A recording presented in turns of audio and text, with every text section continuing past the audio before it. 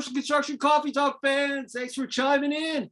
My name's David Corson. I'm your host. I'm also the publisher and editor of Commercial Construction and Renovation magazine. Well, we used to print it. Now we're just 100% digital. That's what it used to look like. Jess DeFumo, one of my favorite covers. Anyway, got Chris and Mammoth over my one shoulder, Tim Holton, the chicken guy, if you can see him, JLL. I think I got a hotelier coming up on my next issue. Just had a multifamily project out in the upper Northwest. Really, really good stories. A lot happening in construction. Thanks for finding us on the web, though. Hey, hope everybody's had, enjoying the summer, dog days of summer here in Atlanta every day. Heat, and then the thunderstorms are all in.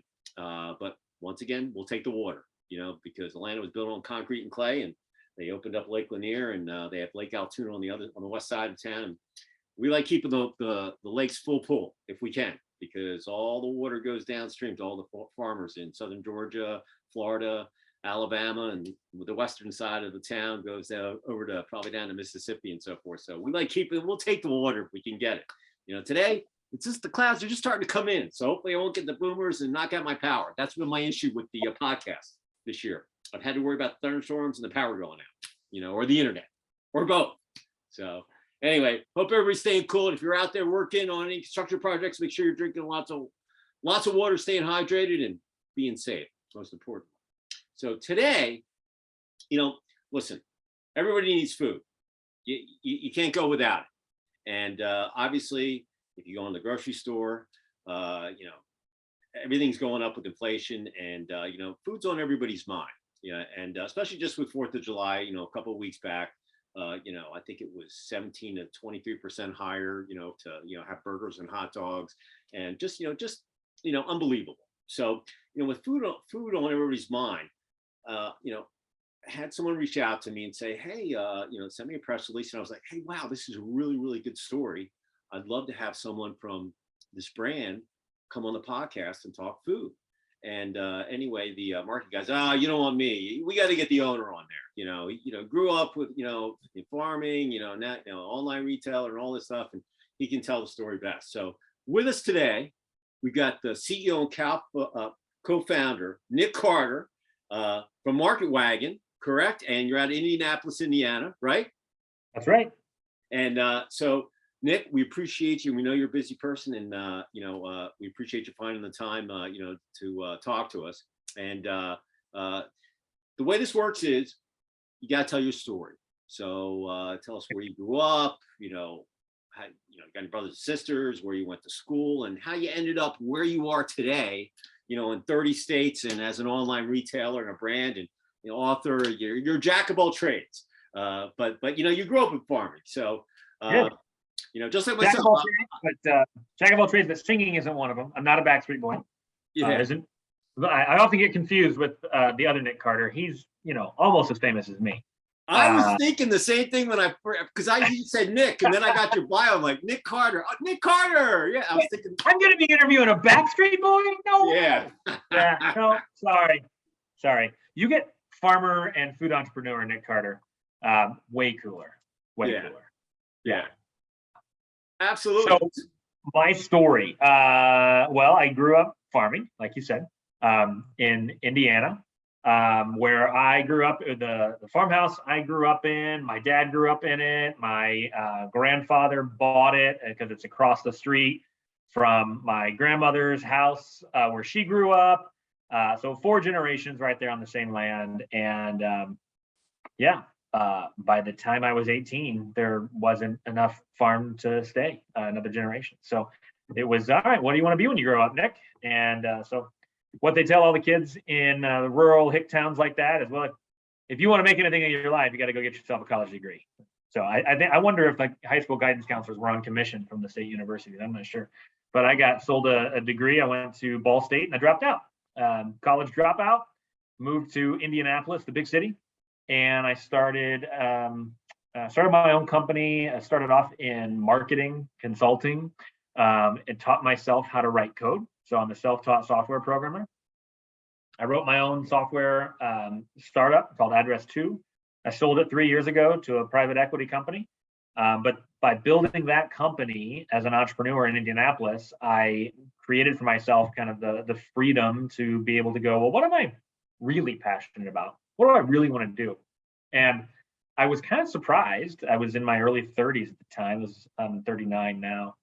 The answer that I just kept cycling back around to was, I just want to farm. And when I was that 18-year-old kid on the farm, I didn't care. I never really saw myself as staying on the farm. But that connectivity that farmers have to the land, it's pretty hard to break.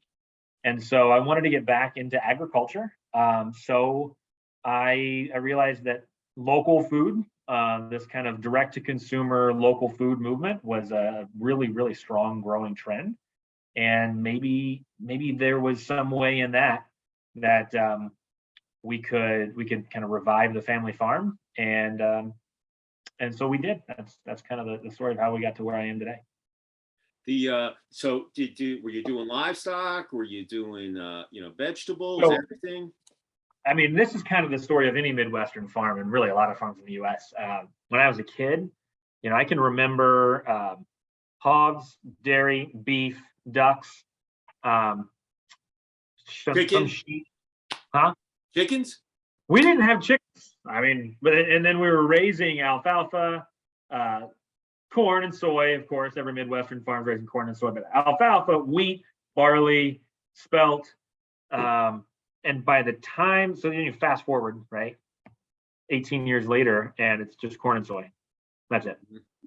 So this consolidation and sort of like centralization of ag was not really good for family farms. Now, what we do today is Dad ended up having, to make a long story short, he had a few beef cattle, mainly just, we've got these non-tillable acres. There's a creek that runs through the property, and the land right around the creek, you can't really get a plow that close to the creek. So he had a few acres that he didn't want to have to go and mow. So he just put a few calves on it. And every couple of years, they'd get all fattened up, and he'd take them off and butcher them. Well, he started selling those to some family and friends, half a cow, quarter of a cow. And then somebody else was asking about it. Somebody else was asking about it. So 2 calves turns into 10 calves, turns into 20 calves, turns into 50 cows. And so now we're fencing in what used to be grain land, turning it into permanent pasture, and finishing 50 head of cattle on the farm and selling it direct to consumers, mostly through Market Wagon, which is the company that I started. It's it's so cool. Before my publishing career, I worked for a food company called Colorado Prime, and it was like kind of an in-house food service that kept people from going to the grocery store. But they were it was prime meats, and they didn't do the grass, they did the corn fed and all that. And but I knew every part of the animal, and I was really good at it, but we did the freezer plan and all that. And it was an amazing thing because like I said, everybody needs food. You can't live without it. And and you want to have good food, and nothing with chemicals and all that stuff that goes on. And it's funny, when I grew up kind of like in a farm town about 35 miles outside of Philly. We had stables. I grew up with horses, and there are farms all over the place. And down here now in Atlanta, when you go, if you want to drive over to Savannah, you got to go I-16. Now it's either cotton or soy. You might see some, but up here where I live, it's chicken town. If the wind blows a certain way, you get the whiff of all the chicken coops that are up in North Georgia. So and you can drive around and see some old chicken coops that are been around probably a couple hundred years, or are not in there. And but Tyson, they got a huge plant up the street, and it's so I get the whole farming thing. Back then, like you said, it was very diverse. You did all sorts of things, but as time goes on, then you just specialized in your one gig. But that specialization and that consolidation really wasn't good for a lot of farmers. It made for cheap food for a while. It's starting to catch up to us. But the motto of the United States Department of Agriculture in the 70s and 80s, it literally printed it on posters and stuck it out on all the 4-H fairs and broadcast it on the radios, and everybody got excited about it. It was called "Get Big or Get Out." I'm like, who? Did anybody ever think about the get out side of this? Like, that's not, what kind of message is that? And that ended up being the majority of family farmers. They're not making more land. So it just becomes this boom and bust cycle of get as big as you can, buy up all the land, rent all the land all around you. But some of them win, don't win in that game and they get out. And yeah, it was mainly to try and pump up a lot of overproduction of grain, right? We wanted to be able to ship grain all over the world and exports. And turned out that kind of nationalizing our grain farming wasn't such a great idea. But it took us a long time to figure that out. So let's talk about Market Wagon. So Yeah. where did that idea come from? So it came from a previous business that failed. So my business originally was food manufacturing, meaning I was going to take locally sourced foods that like my own farm could grow or other farmers like us. And I was going to pack it, freeze it, package it, do whatever we needed to do to get it into grocery stores. Well, that worked kind of. We were in about 350 grocery stores around the Midwest. We had a pretty good reach. But what we figured out was, when the supermarket themselves is kind of in between you and the consumer, you're not in control of your own fate. And so it was pretty difficult to achieve what we wanted to achieve. So we decided to just go direct. The internet is the great equalizer. So we built an online farmers market. That allowed the consumers who were looking for local food, because they're all over the place, but they're also kind of dilute is the way to put it, right? They're not all very concentrated. It's a lot of different folks, different walks of life that have decided, hey, I want to know where my food comes from. Well, we were able to find just those consumers and be able to connect directly with them and then let them order from the local farmers online. And then bring the food directly to their doorstep with last mile logistics. There's a lot of software in that, and the light bulb went off for me. Like, Nick, you don't know anything about food manufacturing and processing. What do you do in running this company? You know what you've done in your life that's actually a marketable skill is you can write software. So I built the software applications that were required in order for us to be able to take orders online, automatically route them, put together all the instructions and kind of order assembly instructions and stuff like that, and off to the races. So like a local farmer, they could get like you're a database person too, obviously. So, yeah. So if a local farmer, when you were starting out, if they found you, hey, they could get into the database and then they could be, whatever they were producing, they could be in there, and then the consumer or your visitor, you'd be the conduit and say, hey, we can get that. This is the person. And, how did that work? As far as you're exactly right. It's a database. We call it a marketplace, right? Where we have the listings of all the producers, what they sell. They set their own prices. They upload photos of it. They describe it. They even can chat with the customer. So if a customer has a question about how it was raised or what are the ingredients or something like that, they can chat their question in there. And the people that are answering are actually the farmers. So we have this direct connection through the internet. Once the customer places an order, though, so they build a basket just like anything else. You put items in your cart. So this is grocery shopping, and you can shop from all the different farmers that are on the marketplace. So you've got eggs from this one guy, carrots from that guy, and get ground beef from our farm or from 20 other different farms like us in the Indy area. And you add all this stuff into your basket, you get some fresh baked bread. When you go to hit checkout, one order, one checkout, the Market Wagon puts all together for you. And then our software takes it and it spits it out to all the different people that you ordered from. Said, hey, this is David ordered bread from you. David ordered eggs from this guy. David ordered a carrot from that guy. And then we batch it. So either once a week in some of the smaller cities or twice a week in larger cities like in Atlanta. All the producers are going to take those orders into one place. It's a fulfillment center that we've designed and operated. And they're going to bring all the items together so we can put the orders together and you'll get all that stuff in one delivery. So what we do for the farmer then is this logistics, that delivery to the door. It's really tough to do for any one farmer. If you went online and you found that carrot farmer and you're like, these are the most beautiful looking carrots I've ever had, and you've answered all of my questions, and I love your story and I want to support your farm and I'm placing an order. He's like, I'm not driving to your house for a bunch of carrots, man. It doesn't work. And you can't drop ship carrots and they're going to get a little wilty in the UPS box. So, so we had to build a logistics system that could bring all the stuff together and then make one big delivery that we can drop on your doorstep from multiple different farms. And basically, all the groceries that you could imagine just from local sources. How big is now you have these fulfillment centers all over the country then, correct? I mean, we haven't crossed the Rockies yet. So we are pretty much everywhere east of the Rockies except for the New England area and Florida. Okay. So, Yeah. so the food gets, all the farmers take all their food to the fulfillment center. You package it up, and then you locally deliver it with your own trucks, or do you outsource that? Gig drivers, and this is a key thing. There's 32 different fulfillment centers. So dotting the map, there's actually two in Atlanta. There's one on the east side and one on the west side. Well, One in listen, Chattanooga. you got to have that because Oh, it'll take you an hour to get to the other side of town. It's right. Yeah, there's one in Charlotte, there's one in Knoxville, there's one in Nashville, there's one in Memphis, one in Chattanooga, one in Birmingham. So if you're ordering, and I could go on down, there's 32 cities that we currently have one in. If you're shopping, the very first thing we do is we say, well, what's your zip code? Because if you're shopping in Atlanta, David, you as much as you would want to, you can't order meat from my farm in Indiana and get it delivered to Atlanta because that's not local food. That's not local. So whenever you go in, we ask your zip code, and then we're going to show you the farmers, the food producers, the chefs, and the artisans right there in your area that you can get delivery from your local region, right? So every different market on Market Wagon is different. One of my favorite things to do when I travel, we travel to the Smokies every year. We go stay there for a week, and we hike and do all the Gatlinburg stuff. We get a cabin. Oh, Gatlinburg's awesome. That place is cool, man. It's kind of like a state fair midway on steroids, but it's a tourist trap area, but it is a lot of fun. I like to order from the local market there because this is not like Amazon, right? This isn't like I can get the same stuff everywhere. So sometimes there's some really unique stuff down there that we don't have in Indy because there's a local artist and there's a local chef down there that does something that's just one of a kind.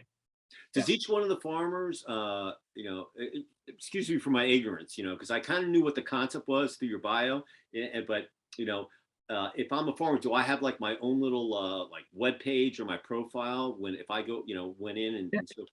Yeah, you got your own profile. You describe your farm, take pictures. You can post all kinds of information so people really get to know you, and upload your products. And you also control, what's available when.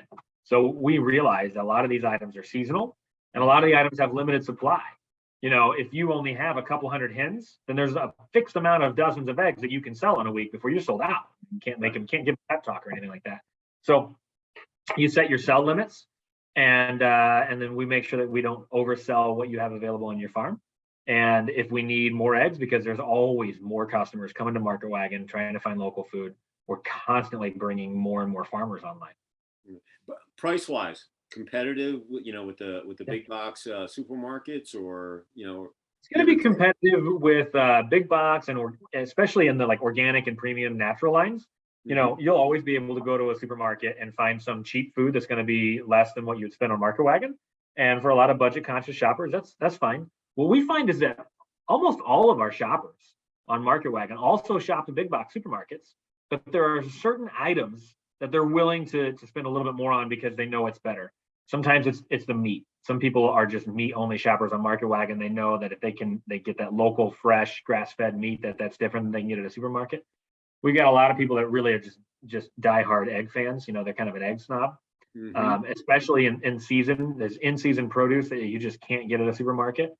And a lot of these things are, like I said, the prices are going to be, maybe about in line with what the nicest item that you could get at a supermarket, but it's not orders of magnitude more expensive than what you would expect at a supermarket.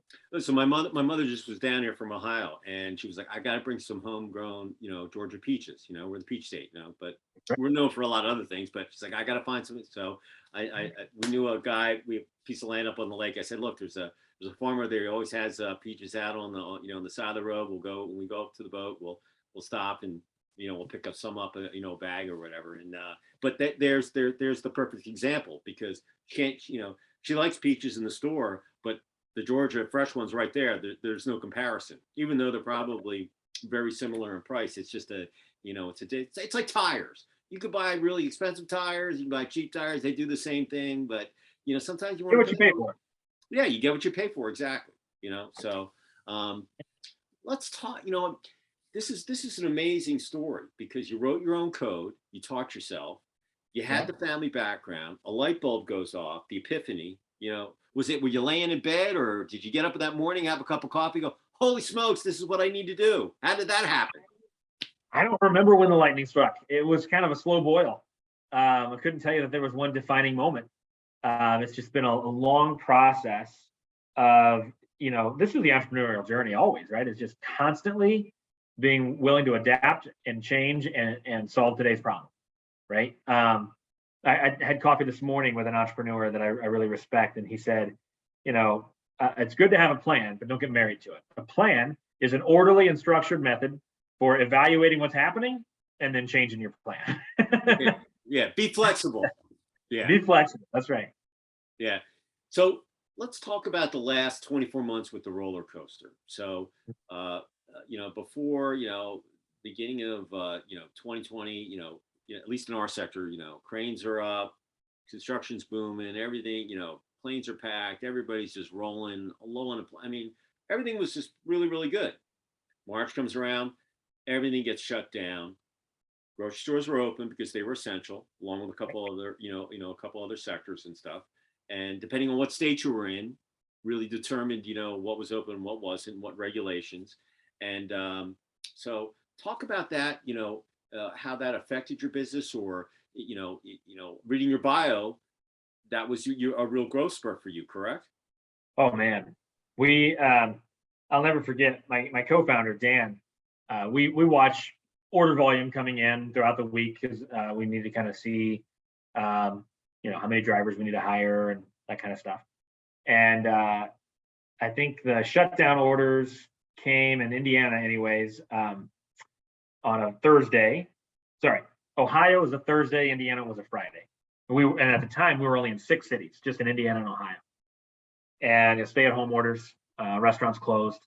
And that Sunday, Dan sent me a text message to my co-founder, and he said, "Hey, just making sure you see this. We had a pretty good week today." I said, "What do you mean?" We sold today what we normally sell in a week, and we had 2 more days left before orders closed out, and we had to deliver them. It was a wild ride.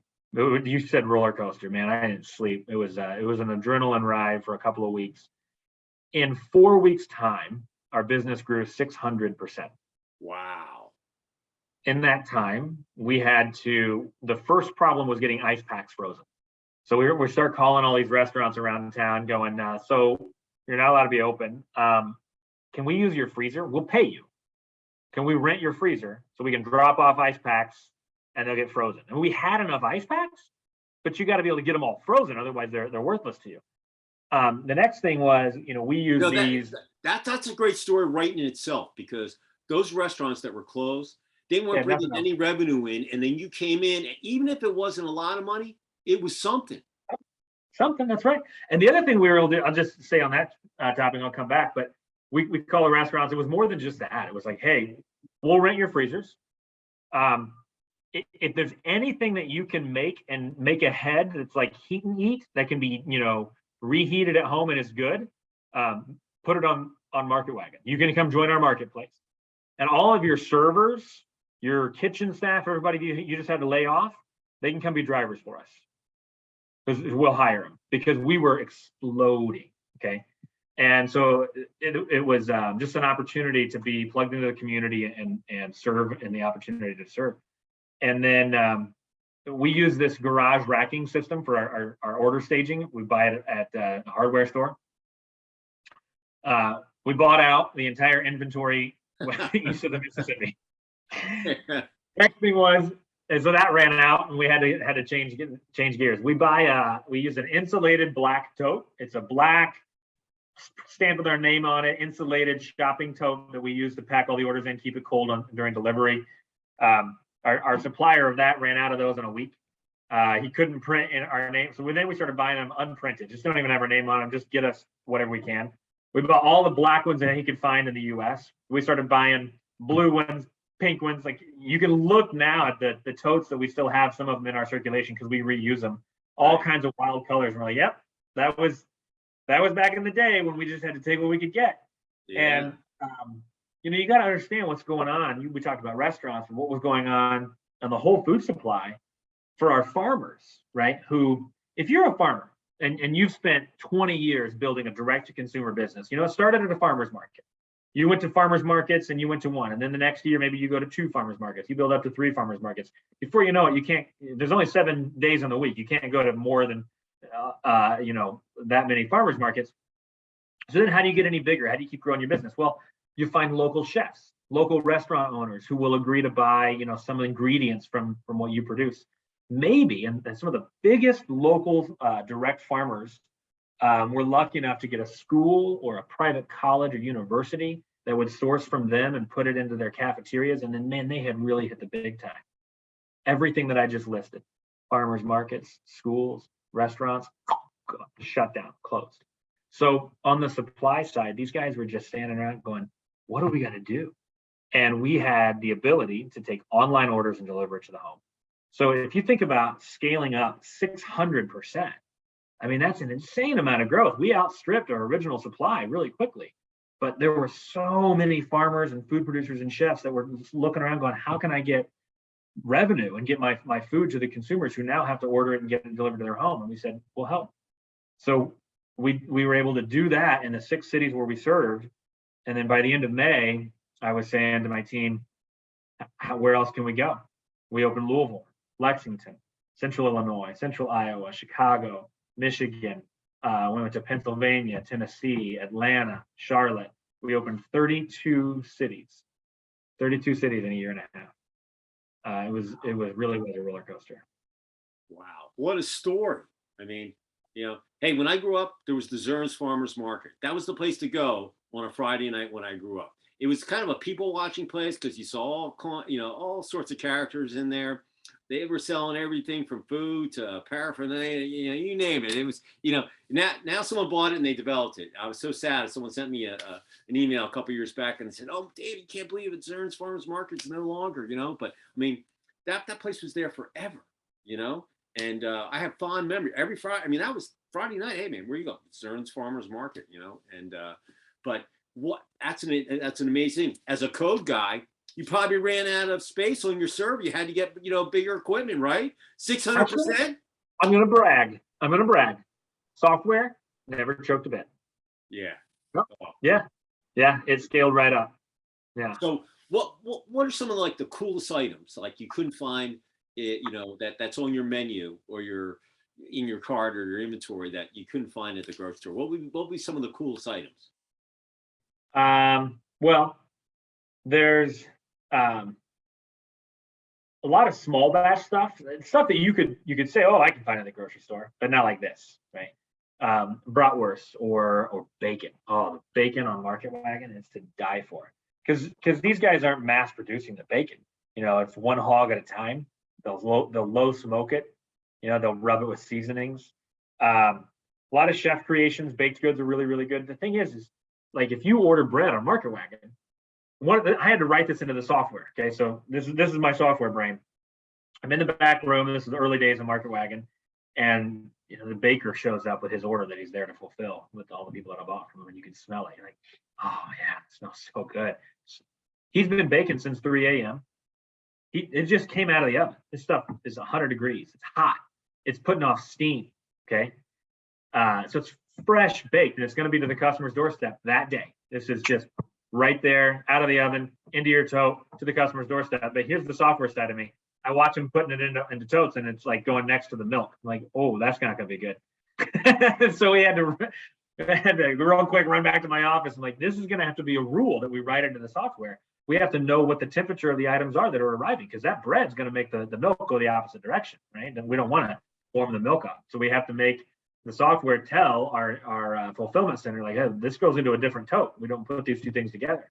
A dozen sweet corn or a bag of peaches from a Georgia peach orchard, that stuff's usually hot. If it just was fresh picked, came out of the field, had sun on it, mm-hmm. You don't want to sit that next to your eggs or your milk or your meat. So anyways, I'm rambling.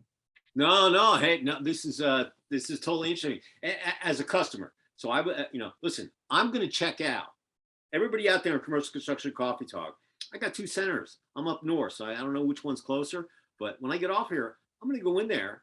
Do I create my own profile? As far as a customer, does it keep I'm just thinking from I know my advertisers. I know what issues they want to run in, and if they that kind of stuff. So yeah. Here's what happens. As soon as you can sign up, and as soon as you start putting items in your cart, it starts building a list and remembering everything you've shopped for. And especially once you order, it's accruing a list of your favorites. We know what your favorites are, and then you can go back and you can just shop from those favorites. But more than that, let's say you bought, we'll go back to bacon. You get bacon from one farmer, because you're going to find that there's probably 2 or 3 different farms that are offering their different versions of bacon. You get one, and you like it, and you give it a high rating, maybe because you can rate items on Market Wagon. What we start to do after that is when you search for pork chops, the first thing we're going to show you is if the same farmer that sold bacon also sells pork chops, you're going to see them first. Because what we really want you to do is build a relationship with the producer. We want David to be able to say, I get my pork from this farm, and know them, follow them, have an understanding of how they produce. And because odds are, if you like the way they did their bacon, you're going to like their pork chops too. So yeah, it'll build your favorites. You can follow your favorite farmers. When you do that, you'll start getting emails. They can write updates. They can let you know what's on special this week, or what's new coming back from the butcher, that they've got a new flavor abroad or something like that. And you'll get those updates from that farmer. That's awesome. I mean, that is just really, really cool. I mean,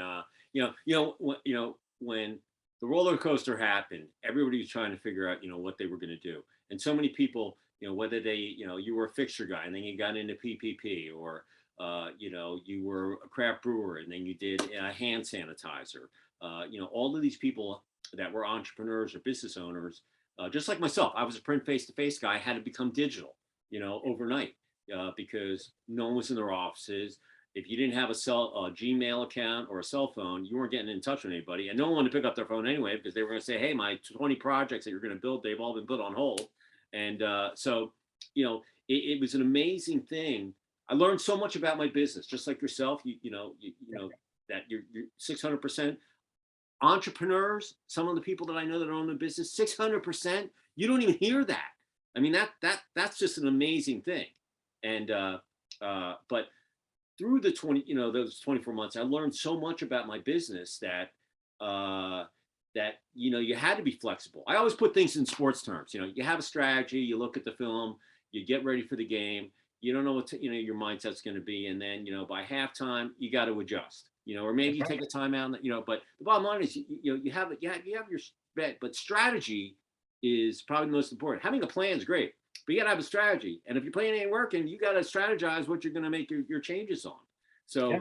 And the way you said it was perfect. I mean, it's I had a guy from the Reaganomics Institute about a month ago on my podcast, and he was talking about so what's your strategy? He's like, well, I have a plan. No. What's your strategy? And he went through this whole parameters of how talking to people, how they built their business and stuff. And so many people are like, wow, I never realized that I had a plan, but the plan's not really the gate that got me going. It was all the other things. And you can have all the spreadsheets in the world or whatever, but you got to have vision, and you're going to make mistakes. You got to learn from them. Yeah. Losing's not a bad thing. You just want to learn from it so you don't lose as much. And like you said, you went to college, wasn't for you. My son, not a good student. No. Listen, my son right now is finishing. He's up in Nashville taking his oral and his written for his A&P license, which is airframe and power for airline mechanics and stuff. And he's taking his test.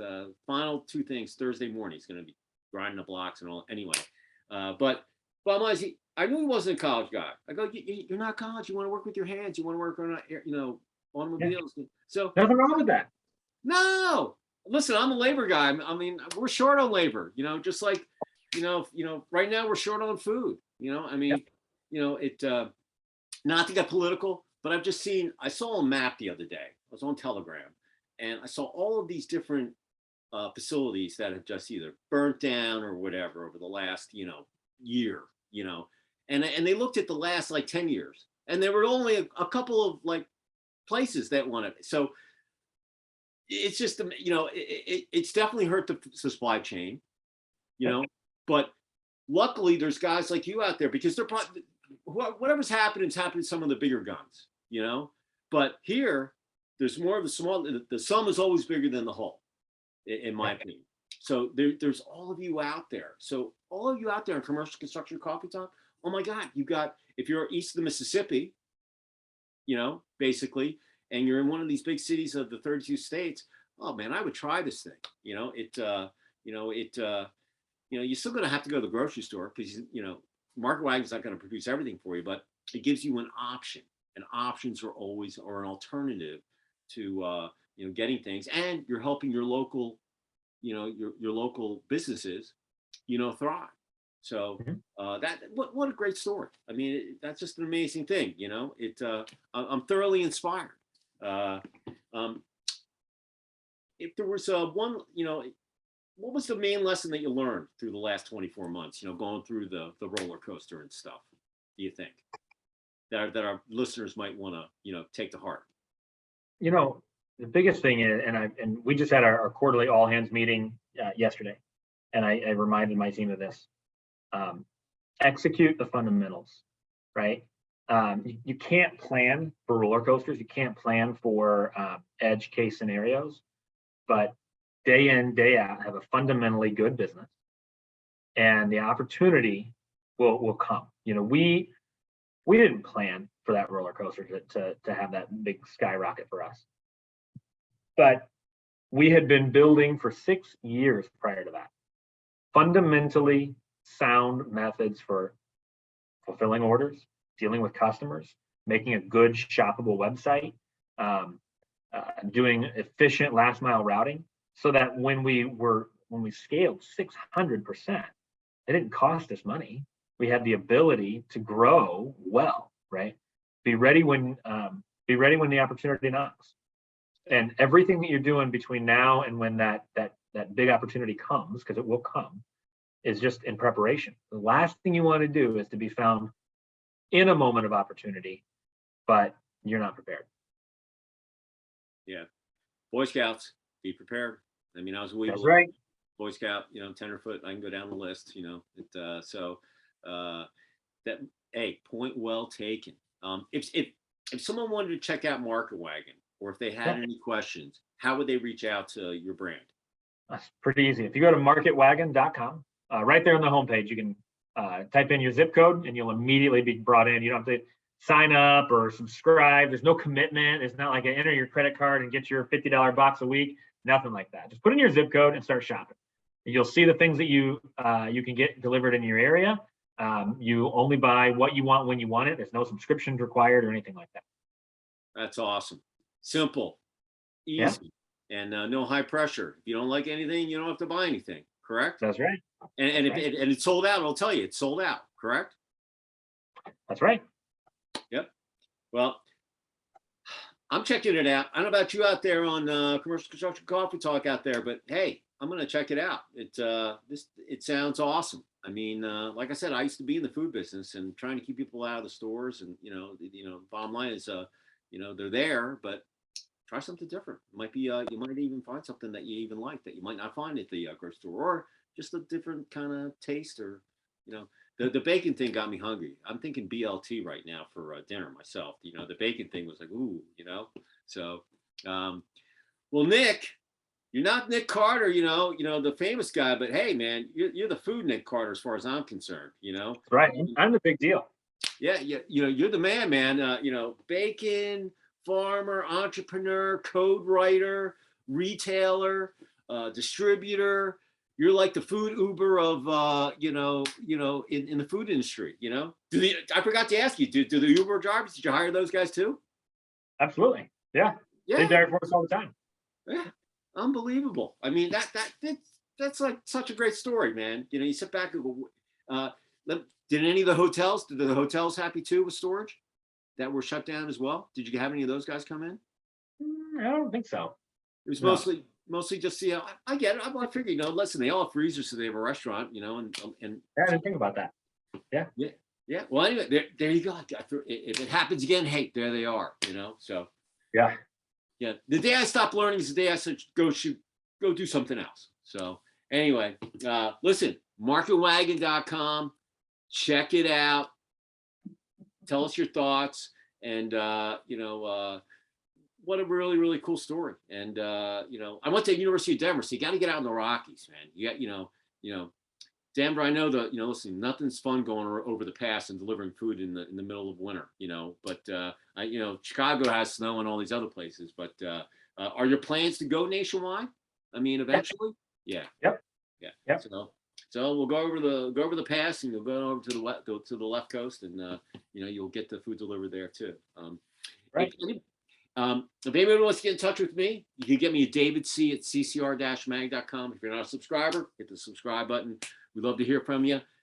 Just like Nick, his publicist, marketing guy, reached out to me, told me his story. I was thinking, I'm going to have this person on. So if you have anything cool, you want to be a guest on here, let me know. If you've got a cool project, maybe I can get you in the magazine, or I'll get you up on social media. We look at everything, and I come back to you. So we'd love to hear from you, and send me a note. You never know what might end up in digital link.